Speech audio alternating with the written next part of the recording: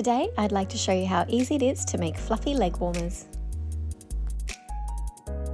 Hi, my name is Angela, and as I sail up and down the east coast of Australia, I like to keep busy with craft.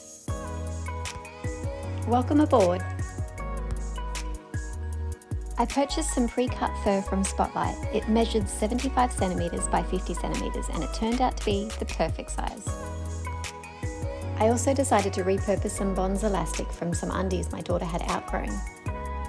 Start by folding the material in half and cutting it. Using snips is easiest.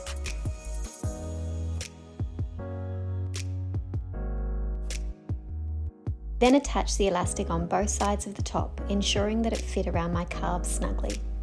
I then stretched the elastic straight as I sewed it to the top. I then pinned down the sides and then used my sewing machine to sew the sides together. It's really that simple.